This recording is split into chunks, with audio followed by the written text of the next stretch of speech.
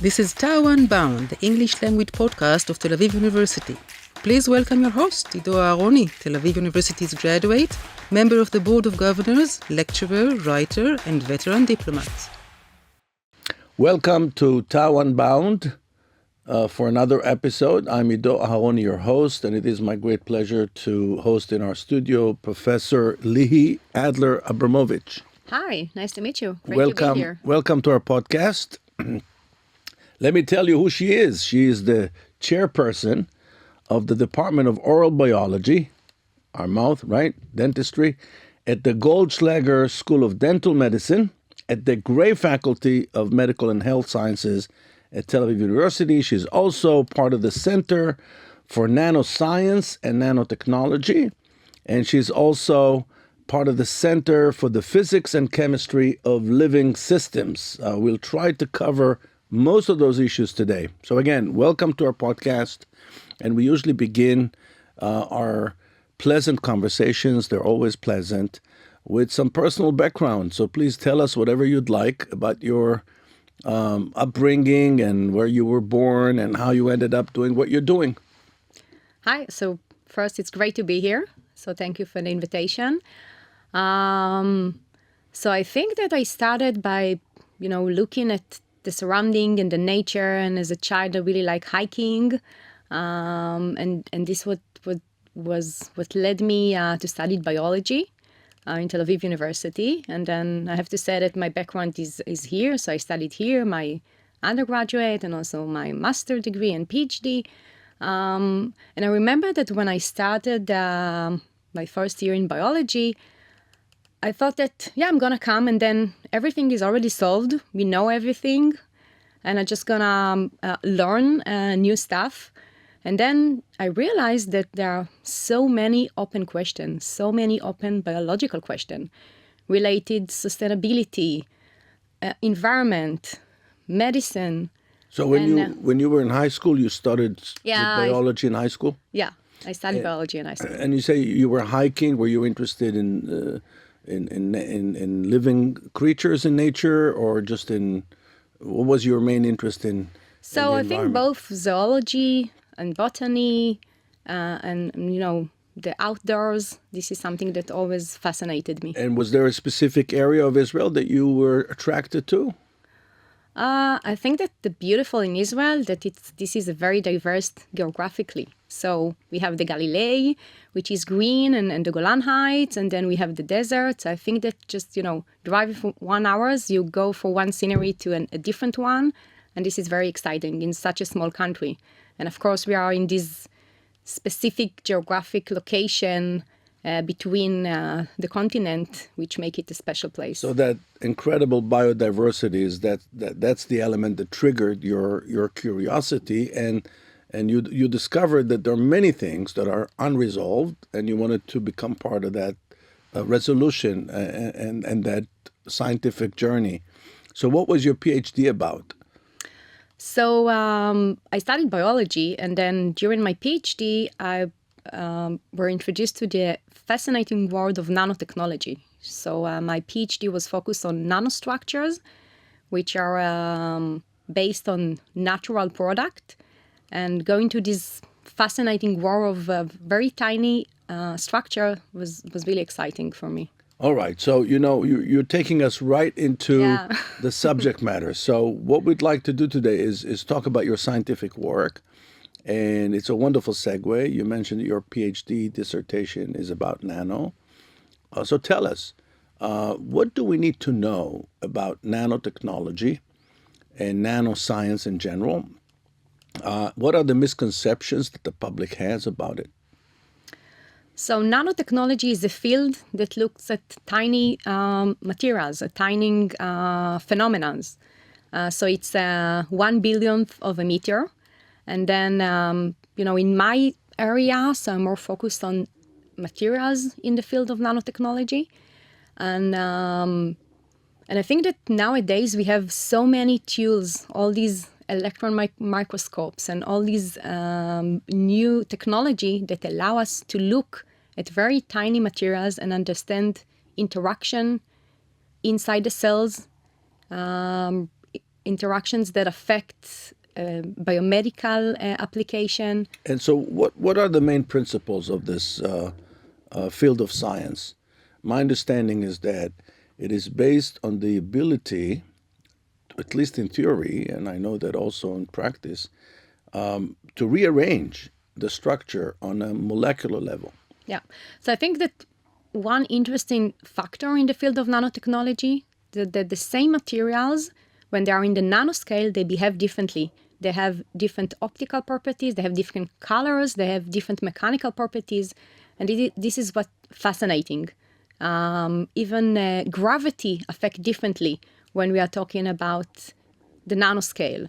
So capillary forces, adhesion between molecules, all these affect differently when we are talking about the nanoscale in comparison to the macroscale.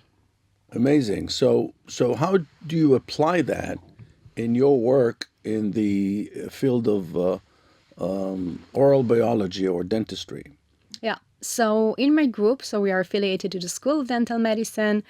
We are trying to look at materials that are part of our body, that compose our cells, proteins, polysaccharides, and to understand how they behave in a physiologically relevant environment. How do they behave when we are healthy?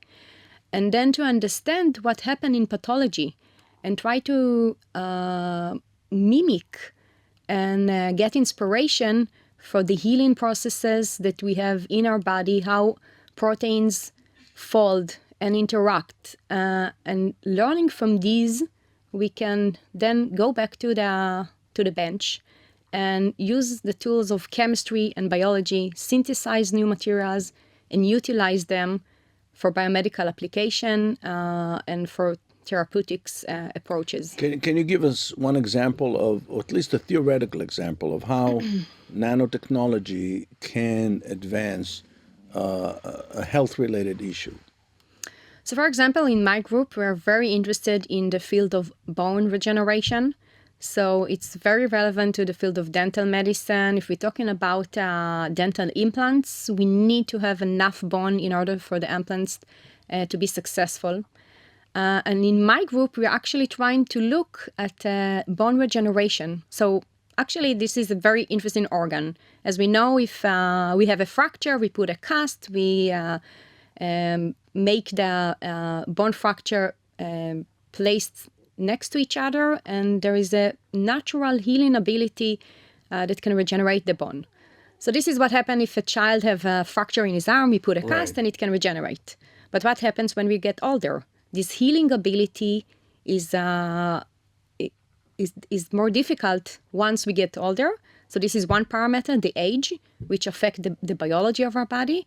And another parameter is the size of the bone fracture, the bone defect. If we have a small defect, the body can heal spontaneously.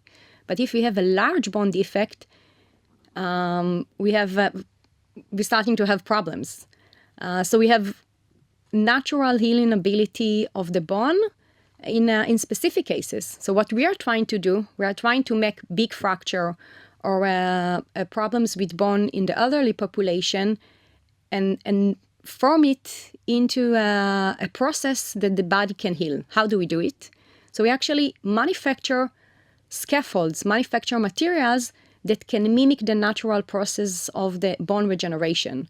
And this is what we do with the lab. We design molecules, we fabricate them in the lab, and then we can insert them in vivo in animal models and study their ability to affect the biological system and to allow bone regeneration. And you do that on the nano level?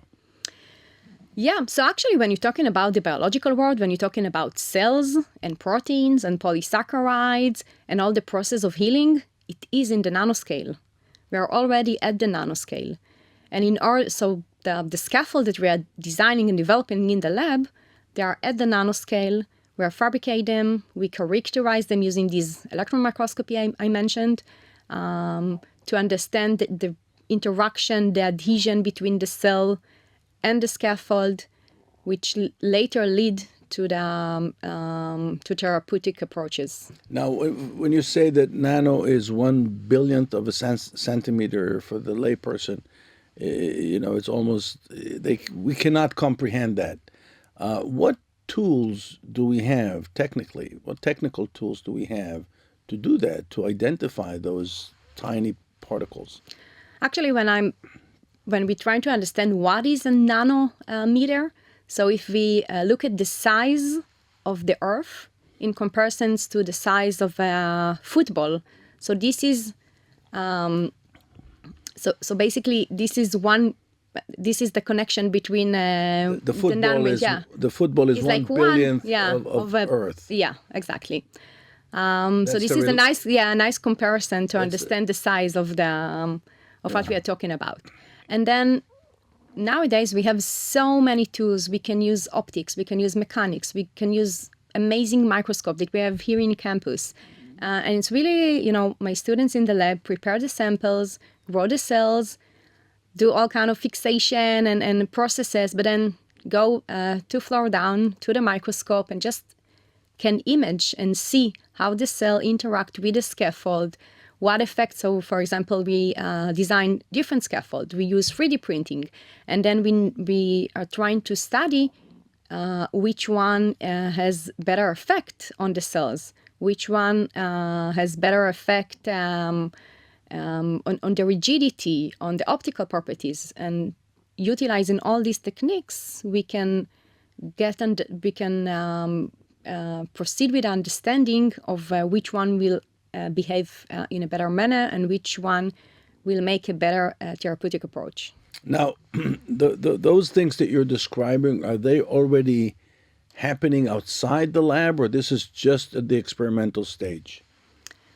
So in general, in the field of nanomaterials and bio nanomaterials, there are many many projects around the world, many groups and companies that are developing all kind of materials for different application. So, for example, the materials that we are developing in the group, we utilize them for bone regeneration. We have a project on skin regeneration. So each one of them is in a different development step, but most of them are still at the laboratory scale. We do have one company, a spin-off company that was established from one of the projects in the group called Arrakis Bio, and it's focused on production of collagen, actually human collagen, without the need of animal sources, but rather just using the cell as a manufacturer for collagen. And then collagen can be used in the field of aesthetic and cosmetics and skin regeneration and many others. So this is a company that was born out of your work at Tel Aviv University, and is a part of the technology transfer arm of the university? Yeah, so this project is a result of a great collaboration that I have with Professor Marian Gal from my department and study that was done in my group. And together with the TTO, with Ramot, the tech transfer company of Tel Aviv University, we could get this to the real world, and this is something that is now... Very interesting. Tell us more about this company. So what could be on a scale the implication of your success? So this is in the field of collagen production. It can be interesting in the field of cultivated meat. This is materials that is needed for cultivated meat, and it's also very interesting for all kinds of biomedical application, as I mentioned, in the field of aesthetic and cosmetics and skin regeneration. And usually the source of collagen is animal source. So it's materials that is developed from dead animals. And it can affect all kind of immunogenic responses. Other sources of collagen are from cadabra, and the same immune responses can occur. So what we are trying to develop and to manufacture in Arrakis Bio is a natural collagen, human collagen, that will be made without intervention of any animal source. So we are working with the cells, human cells, and then using them as a manufacturer, as a factory to produce collagen in a very high yields manner. Wow, that's amazing. Sounds like science fiction to me, but I'm sure you guys will do great things. Now, I noticed when I visited your incredible website, and I urge all our viewers and listeners to visit the website, that you are dealing in your laboratory with what is called bio-inspired materials. So tell us a little bit about the meaning of that, and I'm sure it's connected to your work in nanoscience. Yeah. So basically, in general, when I'm thinking of what is the most interesting things that we do in the lab is the bio-inspired materials. So instead of going, and just developing new material, I think that, millions of years of evolution already produces all these amazing materials. So it can be the lotus leaf, which is very hydrophobic. It can be very rigid material like spider silk. And it can be a protein that fold enzymes that have a very specific application, antibodies that can bind specifically the target in the body and then be part of the immune system. So there are so many phenomena that can inspire us.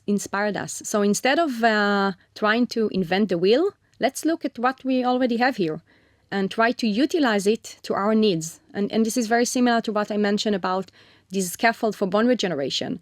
So instead of just inventing a scaffold, we look at the natural healing process of the bone. What is needed there? So we need a scaffold, we need a fibrillar structure. It has a nanometric scale with a specific width and length. It has a specific rigidity. It interacts with target on the cells. So we are looking at the natural process and trying to mimic it. And I believe that the better the mimicking that we will receive, we'll have the better outcome if we're talking about therapeutics and about healing and regeneration. And so that process of regeneration, do you see any fundamental differences between, let's say, regeneration of the cells of the skin or the cells of the bone, for example? Or is it, in principle, the same idea? So each tissue is very unique.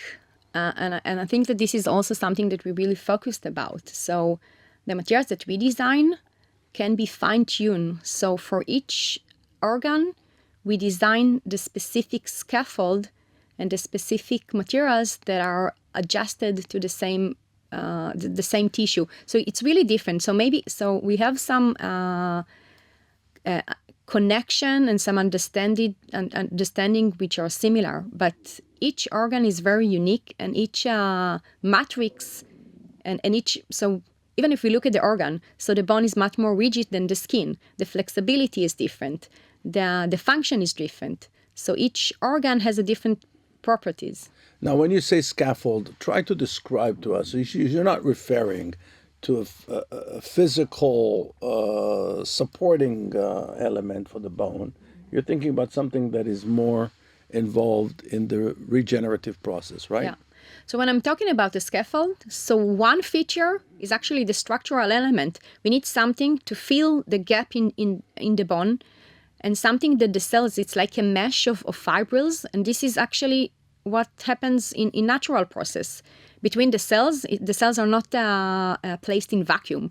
They are placed inside the extracellular matrix. So there is a natural matrix in each one of our organs, and it's different. So the matrix of the bone, the extracellular matrix of the bone, is different from the extracellular matrix of the skin.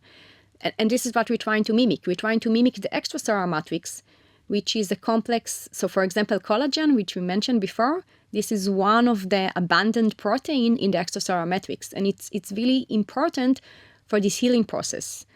So when we're talking about scaffold, so one feature is the structural feature, and other are so we're talking about bioactive scaffold.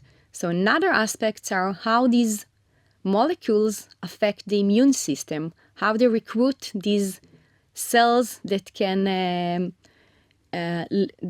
inhibit the inflammation, how they can, for example, if we're talking about bone regeneration, how can we recruit osteoblasts? These are the cells that do the biomineralization and deposit the hydroxyapatite and develop the bone. Now, I realize that your interest in bones stems from the fact that you're dealing with oral biology, with dentistry, but does it have any implications on known bone conditions and diseases like, let's say, osteoporosis or any of that? Yeah, so this is a great question. And actually, we have a very exciting project in the lab. I don't know, do you know that when astronauts come back from space mission, they actually have osteoporosis? So I had no idea. So this is very exciting phenomenon. And why this happens? It's because astronauts do not have gravity. And one thing about the bone that it needs the gravity and the mechanical forces in all. This is a very interesting organs.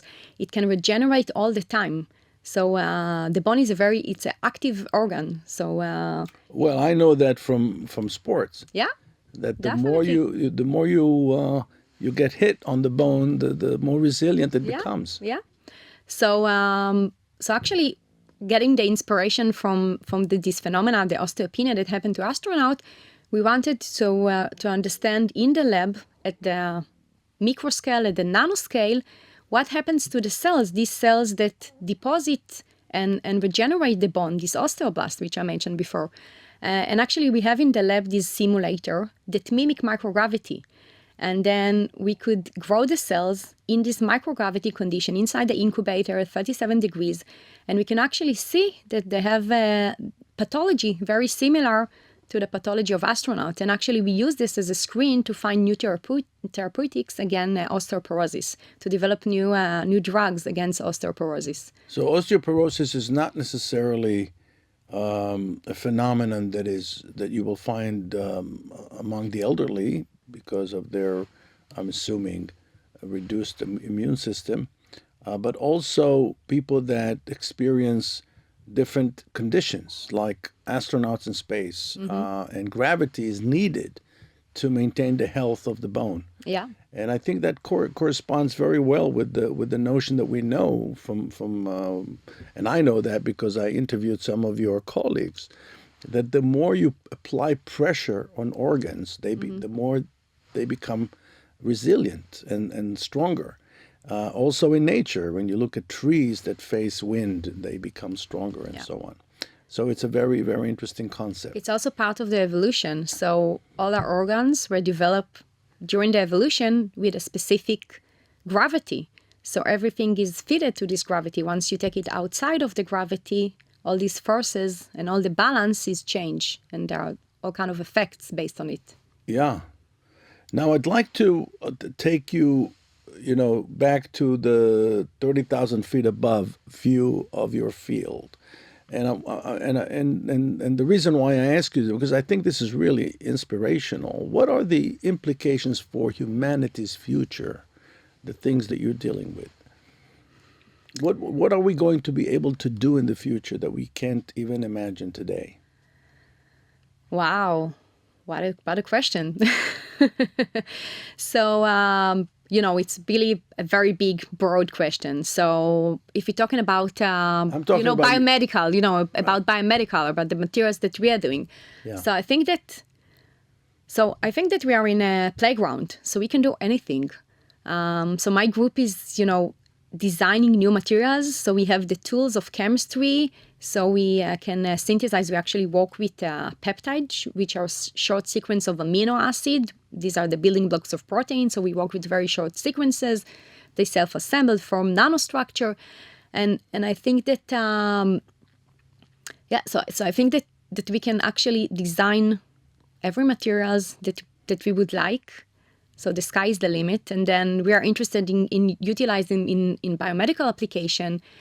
But, but this is not the only interest that we have. We also utilize these materials to protect enzyme, and enzyme can do anything. So we have enzyme that actually can manufacture hydrogen. And I know that you hosted Iftach Yacobi, my colleagues from Life Sciences, and together we are utilizing enzyme to produce hydrogens and using the materials that we design in the lab to allow them better production of hydrogens. And this is in the field of green energy. We're also interested in sustainability and using enzyme to degrade organophosphates, or even to solve crops in the field against all kind of pathogen. So I really think that the sky is the limit.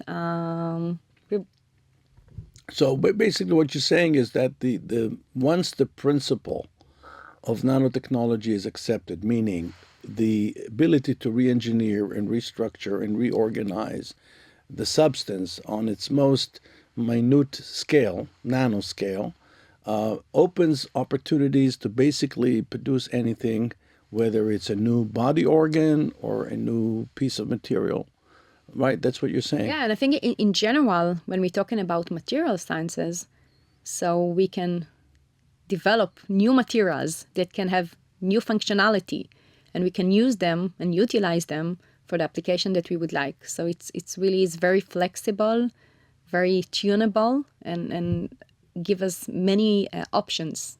Well, it's incredible. It really,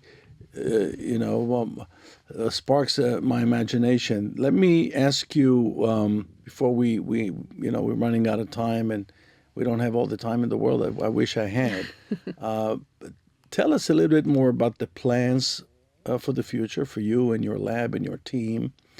And also, when you answer this question, try to think of how the friends of the university can be involved and be of help to you in the great work that you do.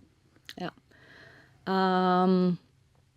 So I have many plans for the future, and basically, so I have we have amazing group of students, of postdoc and senior researcher in the group, and I think the beautiful is that they are coming from different disciplines. So we have biologists, chemists, engineer, dentist, and together we collaborate and try to get to new fields. So I think that combining all these disciplines and actually having really multidisciplinary project in the group, I think, so this is the future, and this is where I want to take the group. Do you have like a project in mind, something you'd like to do, multidisciplinary project? So actually we are now developing, we talked a lot about scaffold, and in this case, this is a scaffold for skin regeneration, and we would like to combine, and actually this is something we already started, to combine sensor inside this scaffold. So we have in biological interfaces together with conductive materials and all these integration between biology, chemistry, engineering. I think this is the next steps that we would like to take. And obviously, dentistry will be affected by it, right? We all have our dentists, and we all have our experience in the dental clinic and so on. And I think that what you're talking about is really has a potential of making life so much better and enabling people to live a better life. Yeah, and I think that if we're talking about what is needed, and I think the most important thing is this interaction with the clinician. And I think that I'm in the best spot in campus in this sense, because I'm part of the School of Dental Medicine, and in the same building we have the basic science laboratories as my lab, and also we have clinicians and the clinics inside the same building. So we can actually understand the specific problems that are in the clinics and try to solve them in the lab. And this collaboration and the close proximity to the problems is very unique. This is something that is unique to campus. And this collaboration that we have with the dentist, and also collaboration we have with some of the hospital affiliated to the faculty from Ichilov and Shiba. So this collaboration, I think, really help get these ideas that we design and develop in the lab into the real world and into the clinics. Amazing. Well, Professor Adler-Abramovich, Lihi, thank you so much for spending time with us and educating us about your great work. It is inspirational, and we would like to wish you goodbye and good luck, and to hopefully host you again here in the future. Thank you very much. And to you, our listeners and viewers at home, goodbye from Tel Aviv until our next episode. And of course, I forgot to mention we have our own Tau Unbound channel today on Spotify, and I was specifically instructed to mention that. Please visit our Tau Unbound channel on Spotify.